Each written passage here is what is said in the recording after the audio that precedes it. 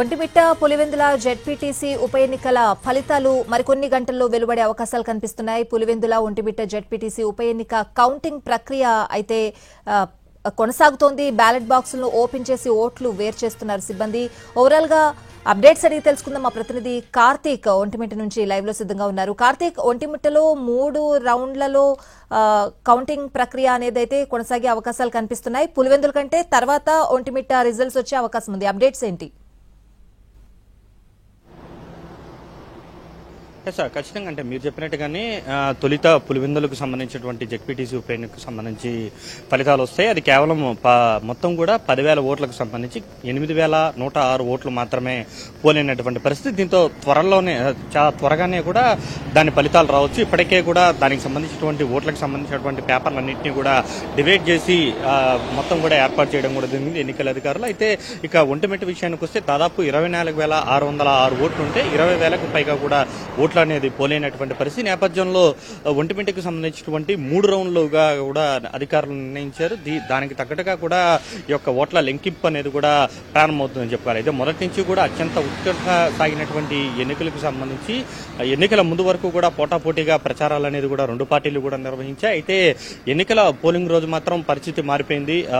పూర్తి స్థాయిలో ఇటు 2 వర్గాలు కూడా పరస్పరం దాడులు చేసుకోవడం, అయితే రిగ్గింగ్ జరిగిందంటూ కూడా వైఎస్ఆర్ కాంగ్రెస్ పార్టీ నేతలు ఆరోపించడం, ఈసీకి కంప్లైంట్ చేయడం కారణంగా ఏదైతే రీపోలింగ్ అనేది కూడా 2 పోలింగ్ కేంద్రాల్లో పులివెందుల్లో జరిగినటువంటి పరిస్థితి. అయితే ఒంటిమిట్టలో అయితే అలాంటి పరిస్థితి రాలేదు. వైఎస్ఆర్ కాంగ్రెస్ పార్టీ సైతం ఇక్కడ జరిగినటువంటి ఘటనల మీద కూడా ఫిర్యాదు చేసినట్టుగా లేదు. కేవలం పులివెందులకు సంబంధించి మాత్రమే అక్కడ జరిగినటువంటి కొన్ని ఘటనలకు సంబంధించి మాత్రమే ఫిర్యాదు చేస్తుంది. నేపథ్యంలో రీపోలింగ్ తర్వాత కూడా అంతటి స్థాయిలో సంతృప్తి చెందినటువంటి వైఎస్ఆర్ కాంగ్రెస్ పార్టీ పూర్తి స్థాయిలో యొక్క పోలింగ్ ను కావచ్చు, ఈ మొత్తం ఎన్నికల ప్రక్రియను కూడా బహిష్కరించినటువంటి పరిస్థితి నేపథ్యంలో అక్కడ ఉన్నటువంటి పోలింగ్ ఏదైతే కౌంటింగ్ కేంద్రాల్లో కేవలం టీడీపీకి చెందినటువంటి అభ్యర్థులు మాత్రమే ఉన్నారు.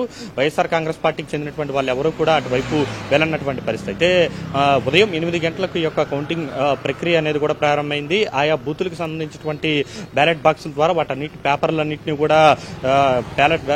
కూడా విడివిడిగా చేస్తూ ఆయా పార్టీకి సంబంధించినటువంటి దాంట్లో కూడా పెడుతూ ఉన్నారు. వాటన్నిటిని కూడా 50గా కూడా చుట్టి కట్టిపెట్టినటువంటి పరిస్థితి. మరి కాసేపట్లోనే మొదటి ఫలితంగా కూడా 10 టేబుల్ల ద్వారా కూడా పులివెందులకు సంబంధించినటువంటి ఏదైతే కౌంటింగ్ ప్రక్రియ అనేది ప్రారంభమవుతుంది. కేవలం ఒక 20-25 నిమిషాల లోపలే దానికి సంబంధించినటువంటి ఫలితం అనేది కూడా మరి కాసేపట్లోనే మనకు తెలుస్తుందని చెప్పుకోవచ్చు. దాని తర్వాత ఒక గంట తర్వాత ఒంటిమిట్టకి సంబంధించి 3 టేబుల్ల ద్వారా కూడా ఏదైతే 3 రౌండ్ల ద్వారా కూడా ఇది ప్రక్రియ కొనసాగేటువంటి అవకాశం ఉంటుంది. కాబట్టి దానికి కొంత ఒక గంటన్నర లోపల దానికి ఒంటిమిట్టకి సంబంధించినటువంటి ఫలితం కూడా వచ్చేటువంటి అవకాశం ఉంది. అంటే కార్తీక్, ఆఫ్టర్ రిజల్ట్ అనౌన్స్మెంట్ తర్వాత పరిస్థితులు చక్కదిద్దడానికి పోలీసులు కూడా భారీగానే మోహరించిన పరిస్థితులు అయితే ఉన్నాయి. ప్రస్తుతం ఒంటిమిట్టలో వాతావరణం ఏ విధంగా ఉంది? ఖచ్చితంగా అంటే మీరు చెప్పినట్టుగానే ఎన్నికల ముందు నుంచి కూడా అత్యంత పటిష్టమైనటువంటి భద్రతా ఏర్పాట్లు అయితే పోలీసులు తీసుకున్నారు. పోలింగ్ రోజు జరిగినటువంటి ఘటనల నేపథ్యంలో ఏదైతే పోస్ట్ రిజల్ట్స్ తర్వాత ఏదైనా ఇష్యూస్ ఉంటాయనేటువంటి నేపథ్యంలో కూడా ఒంటిమిట్టలో కూడా భారీ భద్రత ఏర్పాటు చేశారు.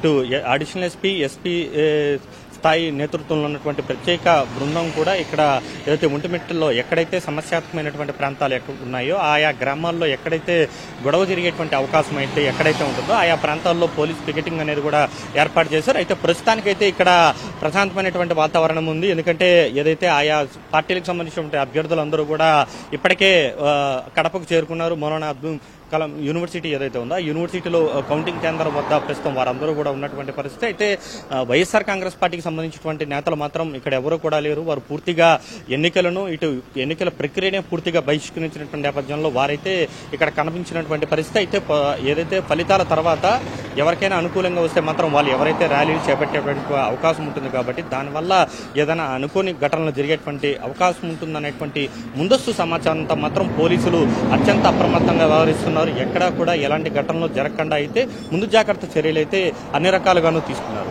అంటే ఒంటిమిట్ట నుంచి కూడా నాయకులు ప్రస్తుతం కౌంటింగ్ కేంద్రం దగ్గర ఉన్నారా కార్తీక్? అంటే మీరు చెప్పిన విధానం బట్టి అందరూ కూడా ప్రతి ఒక్కరు ఏదైతే 11 మంది అభ్యర్థులు ఒంటిమిట్ట జెడ్పీటీసీకి సంబంధించినటువంటి బరిలో దిగడం కూడా జరిగింది. ఏదైతే టీడీపీ నుంచి కృష్ణారెడ్డి బరిలోకి దిగారు, వైఎస్ఆర్ కాంగ్రెస్ పార్టీ నుంచి సుబ్బారెడ్డి దిగారు, ఇట కాంగ్రెస్ పార్టీ సహా మొత్తం 11 మంది అభ్యర్థులు ఉన్నారు. అయితే వైఎస్ఆర్ కాంగ్రెస్ పార్టీ నుంచి సుబ్బారెడ్డి మాత్రం కౌంటింగ్ కు వెళ్ళనటువంటి పరిస్థితి. ఎందుకంటే పార్టీ తీసుకున్నటువంటి నిర్ణయం స్టాండ్ తీసుకునింది, ఈ యొక్క ఎన్నికలను పూర్తిగా బహిష్కరిస్తున్నామని చెప్పినటువంటి నేపథ్యంలో అటువైపుగా ఏదైతే పార్టీ నేతలు అయితే వెళ్ళనటువంటి పరిస్థితి. అయితే మిగిలిన పార్టీలకు సంబంధించినటువంటి వారు కావచ్చు, ప్రధాన పోటీదారుడిగా ఉన్నటువంటి టీడీపీకి చెందినటువంటి కృష్ణారెడ్డి, వీళ్ళందరూ కూడా ప్రస్తుతం కౌంటింగ్ హాల్లోనే ఉన్నారు. కౌంటింగ్ ప్రక్రియ ఎలా జరుగుతుందనేది కూడా మినిట్ టు మినిట్ అడిగి తెలుసుకుంటున్నారు. దాదాపు 20,000కు పైగా కూడా ఓట్లు అనేది కూడా పోలయ్యాయి. ఎందుకంటే దాదాపు 20 సంవత్సరాల తర్వాత ఈ యొక్క ఒంటిమిట్టకి సంబంధించినటువంటి జెడ్పీటీసీకి సంబంధించిన ఉప ఎన్నికకు నేరుగా వెళ్లి ఓట్లు వేసేటువంటి అవకాశం వచ్చినటువంటి నేపథ్యంలో ఇక్కడ ఓటర్లు కూడా 12,000 మందికి పైగా కూడా పురుషులు ఉంటే మరొక 12,000 మందికి పైగా కూడా మగవాళ్ళు ఉన్నారు. సో సరి సమానంగా ఉన్నటువంటి ఈ సంఖ్యను కూడా పోలింగ్ రోజు కూడా అదే స్థాయిలో కూడా ఏదైతే ఓటింగ్ అనేది కూడా నమోదైనటువంటి పరిస్థితి నేపథ్యంలో బీసీలు బలిసీలు అత్యధికంగా ఉండేటువంటి ఈ యొక్క జెడ్పీటీసీకి సంబంధించి ఎవరు ఎటువైపు మొగ్గారు అనేది కూడా చాలా ఆసక్తికరంగా మారినటువంటి నేపథ్యంలో ఈ ఎన్నికకు సంబంధించినటువంటి కౌంటింగ్ ప్రక్రియ మరి కాసేపట్లోనే పూర్తి స్థాయిలో ప్రారంభమయ్యేటువంటి అవకాశం ఉంటుంది. 20,000కు సంబంధించినటువంటి ఓట్లన్నింటినీ కూడా పూర్తిగా కూడా డివైడ్ చేసి వాటన్నిటిని కూడా 50-50 రూపంలో కూడా వాటన్నిటిని కూడా పక్కన లబ్బరేసి పెట్టినటువంటి పరిస్థితి నేపథ్యంలో వాటన్నిటిని కూడా లెక్కించడానికి మరికొంత సమయం పడుతుంది. ఎందుకంటే మొదట పులివెందులను చూస్తూ ఉన్నారు. మొదటి ఒకే ఒక రౌండ్ ఉంది కాబట్టి దాని తర్వాత 3 రౌండ్లు ఉన్నటువంటి ఒంటిమిట్టను తీసుకునేటువంటి అవకాశం ఉంటుంది.